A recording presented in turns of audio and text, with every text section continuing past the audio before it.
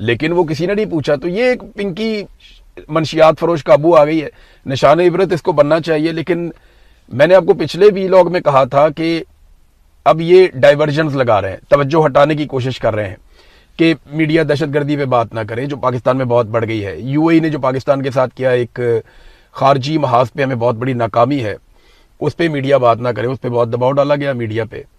پھر جو اسلام آباد میں زمینیں خالی کروا رہے ہیں, غریبوں کے گھر توڑ رہے ہیں, وہاں پہ صحافیوں پہ دباؤ ڈالا گیا کہ یہ کہاں سے آ گئے ہیں لوگ بھائی, انہوں نے قبضہ کیا ہوا ہے اسلام آباد پہ.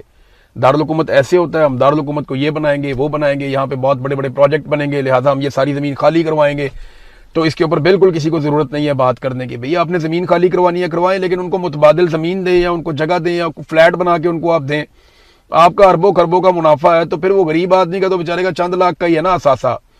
تو اس کو آپ اگر تھوڑا سا اس میں 10% یا 5% کا منافع اگر آپ اس کو دے دیں گے غریبوں کو, تو وہ بھی بیچارے کہیں جا کر بس جائیں گے. لیکن نہیں, یہاں پہ ساری چیزیں جو ہیں زور زبردستی کے ساتھ ہوتی ہیں. تو کل میں نے آپ کو خبر دی تھی کہ پنکی اس کے بارے میں یہ کہا گیا کہ آپ یہ کریں, اور پھر آج اس کے اندر سے ایک نیا ٹوسٹ آتا ہے.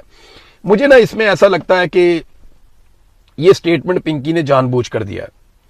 اور یہ سٹیٹمنٹ, اچھا یہ مجھے لگتا ہے, کیونکہ دیکھیں میں نے کرائم رپورٹنگ کی ہے بہت لمبا عرصہ, میں بڑی اچھی طرح جانتا ہوں, بہت اچھی طرح جانتا ہوں یہ سٹیٹمنٹ کیسے ہوا ہے. میں پولیس والوں کی باڈی لینگویج بھی دیکھ رہا تھا, یہ خاتون کو بھی دیکھ رہا تھا. کیمروں کے سامنے آ کر اچانک یہ واردات ڈالی گئی اور لے کے نکل گئے.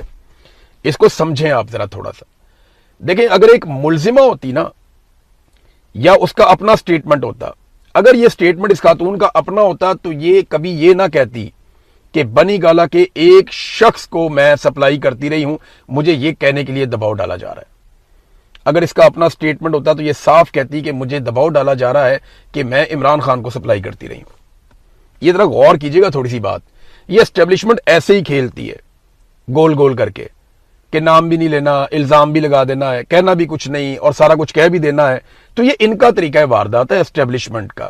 یہ کرمنل کے دماغ میں ایسے بات نہیں آتی, یا پولیس کے دماغ میں بھی ایسے بات نہیں آتی. تو یہ ایک واردات انہوں نے ڈالی ہے صرف توجہ بھٹکانے کے لیے, توجہ ہٹانے کے لیے. توجہ رہنی چاہیے جو بجٹ ابھی یہ بیڑا غرق کر رہے ہیں عوام کا, اس کے اوپر توجہ رہنی چاہیے. گردشی قرضہ انہوں نے کیسے بڑھا دیا اس کے اوپر توجہ رہنی چاہیے. کہ انہوں نے عوام سے جس طرح کی لیویاں وصول کی ہیں, یعنی میں آپ کو یہ بتاتا ہوں کہ لیوی تو قانوناً آپ لے ہی نہیں سکتے, اس کے لیے آپ کو اپروول چاہیے ہوتی ہے, اور وہ بھی آپ نے 5 روپے 10 روپے آپ نے لیوی لے لی, بہت ہے. انہوں نے لیوی کو بڑھا کے 100 روپے سے اوپر پہنچا دیا ہے. مجھے بتائیں دنیا میں کون اتنے ٹیکسز لیتا ہے پیٹرول کے اوپر؟ جتنے کا پیٹرول نہیں ہے اس سے زیادہ کہ یہ عوام سے ٹیکسز وصول کر رہے ہیں. اس وقت صورتحال یہ ہے کہ اگلے سال جو لیوی وصول کی جائے گی پاکستانیوں سے, وہ اس کا انہوں نے پورا سسٹمیٹک طریقے سے بنا لیا ہے کہ ہم نے اگلے سال کتنی لیوی وصول کرنی ہے پاکستانیوں سے. وہ ہے جناب 1700 ارب روپے. یعنی اس سال انہوں نے لیوی وصول کر لی. اب آپ کو پیٹرول سستا نہیں ملے گا, عالمی منڈی میں سستا ہو بھی جائے گا نا, تو عالمی منڈی کے مطابق آپ کے ساتھ انصاف نہیں کیا جائے گا. یعنی اگر بہت سستا بھی ہو جاتا ہے نا, تو اگر آدھی قیمت ہو جاتی ہے عالمی منڈی میں, تو آپ کی قیمت آدھی نہیں ہوگی, آپ کی قیمت اس کے حساب سے نہیں ہوگی. آپ سے حکومت نے یہ فیصلہ کر لیا کہ انہوں نے اسی بہانے, اب انہوں نے بڑھا تو دیا ہے, اب یہ آپ سے وصول کریں گے لیویاں اور اسپیشل ٹیکسز. اور پیٹرول کے اوپر جو ٹیکسز ہیں یا لیوی ہے, اس کے بعد میں 1700 ارب کا انہوں نے تخمینہ لگا لیا کہ اگلے سال انہوں نے اکٹھا کرنا ہے. تو یہ ڈکیتی جاری رہے گی, یہ ڈکیتی بند ہونے نہیں جا رہی. گردشی قرضہ جو ہے وہ پاکستان کے اوپر بڑھ بڑھ کے 5206 ارب روپے تک پہنچ گیا ہے. 5206 ارب کا ہمارے اوپر گردشی قرضہ ہے. 97,000 ارب سے زیادہ ہمارے اوپر ملک کے اوپر قرضہ ہے, اور گردشی قرضہ ہمارا 5206 ارب ہے. عمران خان صاحب کے دور میں یہ 2400 ارب روپے تک تھا. عمران خان صاحب کے دور میں ایک سال میں جو گردشی قرضہ ہمارے اوپر پڑتا تھا وہ لگ بھگ 300 ارب کا گردشی قرضہ پڑتا تھا. جبکہ پی ایم ایل این کی جب حکومت آئی تھی تو انہوں نے آتے ہی 500 ارب کا جو گردشی قرضہ ہے اس کو ادا کیا, اور دوبارہ 1200 ارب روپے تک کا گردشی قرضہ وہ چڑھا کے چلے گئے. عمران خان صاحب کے دور میں ہر سال 300 ارب روپے کا گردشی قرضہ چڑھا, اور ابھی جو یہ شہباز شریف کا اور عاصم منیر صاحب کا دور چل رہا ہے, اس میں ہر سال پاکستانیوں کو 700 ارب روپے کا گردشی قرضہ تقریباً چڑھ رہا ہے. یعنی اب ان کی 4 سال ہوئے ان کی حکومت کو, ان کو آئے ہوئے, تو ان کے دور میں اب تک 2800 ارب روپے کا گردشی قرضہ چڑھ چکا ہے. یہ جناب پاکستان کے ان چیزوں پہ وہ کہتے ہیں بات ہی نہ کریں. آپ بات ہی نہ کریں کہ عمران خان کے دور میں کھاد سستی تھی, عمران خان کے دور میں آٹا سستا تھا, چینی سستی تھی, عمران خان کے دور میں پیٹرول سستا تھا, ڈالر کی قیمت اتنی زیادہ اوپر نہیں گئی ہوئی تھی, گو کہ وہاں پہ بھی اوپر گئی تھی, اور ایکسپورٹس اچھی چل رہی تھی, پاکستان میں ترقی کی شرح اچھی تھی, شرح نمو آپ کی 6% کے آس پاس تھی, تو آپ کو جو ہے کریڈٹ ریٹنگ پاکستان کی بہت یہ ساری چیزیں عمران خان کے دور میں بہتر چل رہی تھی. وہ کہتے ہیں اس پہ بات ہی نہ کرو, تقابلی جائزہ آپ نے لینا ہی نہیں ہے. آپ نے یہ کہنا جی عمران خان بہت برا ہے اور یہ جو رجیم ہے یہ بہت اچھا ہے, اس کی آپ تعریفیں کریں جیسے ڈونلڈ ٹرمپ. تو ڈونلڈ ٹرمپ کو کوئی یہ روٹی تو نہیں کھاتا نا وہ پاکستان سے. ڈونلڈ ٹرمپ کا جو اپنا چھوٹا موٹا افغانستان میں مفاد ہے یا ایران میں مفاد ہے, اس کے لیے آپ اس کے ساتھ کوآپریٹ کرتے ہیں, وہ خوش ہے آپ سے, اس کو آپ سے اور کچھ چاہیے بھی نہیں. پاکستان میں آپ ڈیموکریسی کرتے ہیں نہیں کرتے ہیں, دیکھیں ڈونلڈ ٹرمپ تو عرب حکمرانوں سے بھی بہت خوش ہے, ان کے ساتھ بھی اچھے تعلقات ہیں. ابھی چائنا میں گیا, وہاں پہ ڈیموکریسی اس طرح سے نہیں ہے, وہ وہاں پہ بھی خوش ہے. تو ڈونلڈ ٹرمپ تو بادشاہوں سے بھی تعلقات بنائے گا جہاں پہ اس کا مفاد ہوگا. ان کو جمہوریت سے کوئی لینا دینا ہوتا تو وہ سعودی عرب کا پہلی مرتبہ جب دورہ کرتے ہیں, جب بھی امریکی حکمران آتے ہیں زیادہ تر وہ گلف ممالک میں چلے جاتے ہیں, وہاں پہ پیسے بہت زیادہ ہیں, تو وہ وہیں جاتے ہیں, دورے وہاں کے کرتے ہیں, وہاں سے پیسے آتے ہیں. انہیں اس بات سے کوئی سروکار نہیں ہے کہ یہاں پہ جو ہے وہ ڈکٹیٹرشپ ہے یا جو یہاں پہ بادشاہت ہے, اس سے انہیں فرق نہیں پڑتا. بہرحال گردشی قرضہ انہوں نے بڑھا کے 5,206 ارب روپے تک پہنچا دیا ہے, اور ایک اسپیشل سرچارج جولائی کے بعد سے پاکستانیوں کو بل کے اندر آئے گا, یہ آپ کو ادا کرنا پڑے گا. اور یہ اس کے علاوہ آپ کو دینی پڑے گی کیپیسٹی پیمنٹ جو 2,000 ارب روپے بنتی ہے ہر سال. 2,000 ارب روپے ہر سال آپ کو کیپیسٹی پیمنٹ الگ سے دینی پڑے گی. یہ وہ پیمنٹ ہے جو بجلی انہوں نے پیدا ہی نہیں کی, یعنی جو بجلی نہ پیدا ہوتی ہے, نہ کوئی خریدتا ہے, نہ کوئی بیچتا ہے, لیکن آپ اس کے پیسے ان بڑے بڑے امیر لوگوں کے اکاؤنٹوں میں ڈالتے ہیں.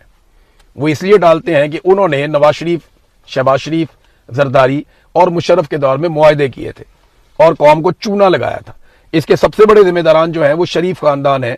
انہوں نے جو منصوبے لگائے نا, صرف ان میں سے کسی ایک منصوبے کو پکڑیں اور پکڑ کے آپ اس کی انکوائری کریں نا, تو ان کو سزائے موت ہونی چاہیے. انہیں اٹھا کے ساری زندگی کے لیے جیل میں ڈالنا چاہیے, ان کے اثاثے ضبط ہونے چاہیے, اور ان سے پوچھنا چاہیے جناب کمیشن کہاں پہ لیے, پیسہ کدھر ہے, لاؤ سارا پیسہ پاکستان کا واپس کرو. حالات آپ چیک کریں کہ جہاز کا تیل جو ہے پاکستان میں, یہ ابھی خبر میں دیکھ رہا تھا, ایک جو جہاز کا تیل ہے, جیٹ فیول جسے آپ کہتے ہیں, اس میں وہ سستا کر دیا حکومت نے. کیونکہ دیکھیں نا, پی آئی اے لے لی فوجی فاؤنڈیشن نے, اور بڑے بڑے تگڑے لوگ ہیں وہ, ان کی ایئر لائنز ہیں, تو ایئر لائنز کو تو خسارے میں نہیں ڈالنا, وہاں پہ تو فیول سستا ہونا چاہیے. تو ایئر لائن کا فیول جو ہے وہ سستا کر دیا حکومت نے, موٹر سائیکل کا فیول مہنگا کر دیا. یعنی پاکستان میں ایک عام موٹر سائیکل والا جو ہے وہ جو تیل خریدتا ہے وہ خریدتا ہے 410 روپے کا لگ بھگ 1 لیٹر, جبکہ اگر پاکستان میں آپ کے پاس جہاز ہے تو آپ کو پیٹرول ملے گا 320 روپے 32 پیسے فی لیٹر. آپ کو اگر موٹر سائیکل کے آپ مالک ہیں, CD70 ہے آپ کے پاس یا کوئی پرانا سا موٹر سائیکل ہے, تو آپ 410 روپے کا پیٹرول لیں گے 1 لیٹر, جو آگے مہنگا بھی ہو جائے گا. جبکہ آپ کے پاس اگر جہاز ہے پاکستان میں یا آپ ایئر لائن چلاتے ہیں, تو آپ کو وہی پیٹرول یا اس سے بہت اعلیٰ کوالٹی کا جیٹ فیول آپ کو 320 روپے 32 پیسے فی لیٹر میں ملے گا. یہ صورتحال ہے. ایک خبر بڑی عجیب و غریب آئی ہے, BBC پہ چلی ہے, تو میں آپ کو اس کا بیک گراؤنڈ بتا دیتا ہوں, کیونکہ میں اس کو ذاتی طور پہ جانتا ہوں پہلے بھی. محسن نقوی صاحب کو ایک دعوت نامہ آ گیا بھارت سے کہ جناب آپ بھارت میں آ جائیں IPL کا فائنل دیکھنے کے لیے.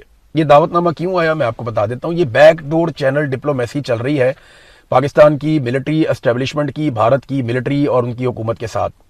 یہ جب عمران خان صاحب بڑے سخت بیانات دیتے تھے نا جن دنوں میں, اور وہ نریندر مودی کو فاشسٹ کہتے تھے, جب RSS کے نظریے کو وہ جا کے جوڑتے تھے عمران خان صاحب نازیوں کے نظریے کے ساتھ, جو ہٹلر کے ٹائم کے ساتھ, تو اس وقت انڈیا کو بہت تکلیف ہوتی تھی. تو انڈینز تب بار بار درخواست کرتے تھے, کیونکہ بیک ڈور چینل پہ ان کے رابطے فوجیوں کے آپس میں رہتے ہیں, فوج آپس میں رابطے کبھی بھی ختم نہیں کرتی, انڈین فوج کے اور پاکستانی فوج کے, ان کی جو اسٹیبلشمنٹ ہے ان کے, اور ان کی اسٹیبلشمنٹ تو سیاستدان کنٹرول کرتے ہیں. بہرحال وہ پاکستانی فوجیوں کے ساتھ وہ رابطے میں رہتے ہیں. اس بات کا اعتراف ہمارے سامنے جنرل باجوہ نے کیا تھا, اور بڑے عرصے کے بعد یہ پتا چلا تھا کہ جن دنوں عمران خان صاحب سخت مخالفت کر رہے تھے انڈیا کی, ان دنوں میں عمران خان صاحب کے نالج سے باہر جنرل فیاض حمید جو ہے اجیت دوول سے ملاقاتیں کر رہے تھے, اور دیگر لوگ بھی آپس میں رابطوں میں تھے. تو یہ بیک ڈور چینل ڈپلومیسی چلتی رہتی ہے, اور یہیں سے یہ چیز طے ہوئی کہ گڈ ول جیسچر کے طور پہ محسن نقوی کو دعوت دی جائے IPL کے